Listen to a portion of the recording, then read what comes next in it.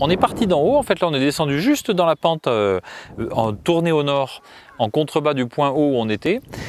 Et donc là on voit tout le massif rocheux qui dans sa partie supérieure donc commence, enfin voilà, dans la partie supérieure de la corniche on voit déjà des premières cavités comme celle qui est juste derrière moi. Je pense que tu la vois mal mais on la verra mieux tout à l'heure.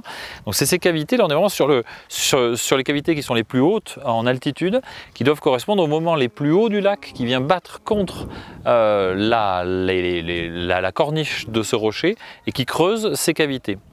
Et en l'occurrence la cavité qui est devant nous, elle est telle que je l'ai évoqué tout à l'heure, elle est totalement, on est sur le bedrock, il n'y a aucun remplissage parce que manifestement là, la houle a creusé une morphologie qui fait que évidemment tout on est en pendage sortant, il n'y a aucun remplissage.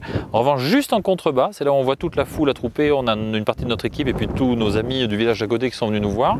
On a donc un petit replat dans lequel là en revanche on a pensé qu'il y avait une conservation d'un certain potentiel sédimentaire et on ne s'était pas trompé, il y a effectivement un beau potentiel puisqu'on est à peu près à 1,80 m de séquence à cet endroit là et c'est ce qu'on va aller voir maintenant. Ça correspond à l'abri d'Agadima Shelter 2, abri 2. Alors donc là on est vraiment dans la configuration telle que j'ai essayé de l'expliquer précédemment. Donc on est dans la partie en supérieure de la corniche avec donc cette grotte qui est devant cette grotte. Cet abri profond qui est devant nous, mais qui lui est complètement vidangé, aucune conservation sédimentaire.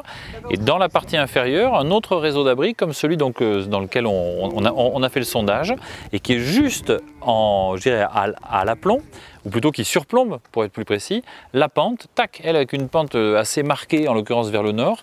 Et cette morphologie de pente, d'après Laurent et Romain, est tout à fait caractéristique justement de la houle qui est venue battre contre le rocher et qui a provoqué cette érosion avec cette pente marquée. Donc grosso modo, la conservation sédimentaire ici, elle est quand même assez limitée, puisqu'on a vu en haut, on a une surface résiduelle où là, battue par les vents, où tout est résidualisé sur 20 cm, parce qu'en gros, le sondage que je t'ai montré tout là-haut, il y avait 20 cm de sédimentation, pas plus, donc on va dire on peut rien en tirer. On a des registres de grottes et d'abris complètement vidangés et on a une pente qui elle est dans une très forte et dans laquelle évidemment on a plein de matériel qui coule mais où on n'a aucune conservation sédimentaire. Donc il faut vraiment arriver à trouver des pièges sédimentaires nichés dans les grottes et les abris, dans la strate où on peut les trouver.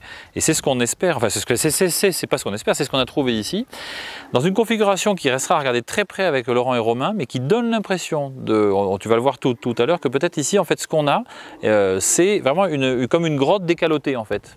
Tu vois l'endroit où se tient Asamuro là, tu vois, qui est au centre de l'espace que je suis en train de te commenter. Asamuro avec sa petite serviette de bain cachée, enfin, qui est tenue par la casquette.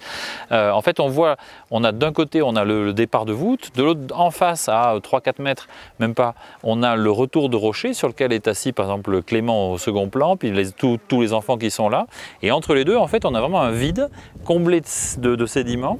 Et la morphologie de ce vide fait penser que certainement on doit avoir là ici peut-être une grotte ou en tout cas quelque chose voilà, qui a été décaloté et qui est aujourd'hui et qui apparaît aujourd'hui comme un petit replat. Voilà. Et c'est là-dedans donc qu'on a pratiqué le sondage que maintenant Katia va te commenter.